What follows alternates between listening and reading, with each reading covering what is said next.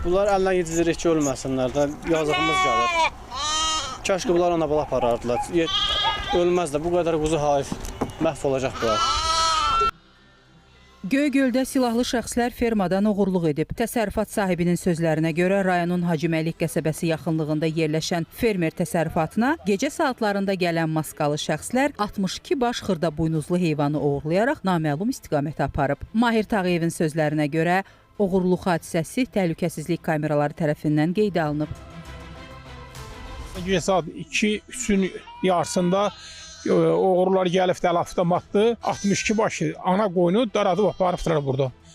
Kamerada düşübdü, üzləri maskalıdır, əllərində avtomat var. Quzular da belə ayıq qalır burada. 2 nəfəri daha izlədik, getdi su kanalı deyil. Su kanalından heyvanlar keçir yuxarı, taxıllıqla aparırlar. Ta oradan sonra bugünə kimi heç bir xəbəri yoxdur. Göygöl rayonunun Hacıməlik qəsəbəsindəki fermadan edilmiş oğurluq faktı ilə bağlı rayon polis şöbəsində cinayət işi başlanılıb. Oğurluq əməlini törətməkdə şübhəli bilinən şəxslərin müəyyən edilməsi istiqamətində müvafiq tədbirlər görülür.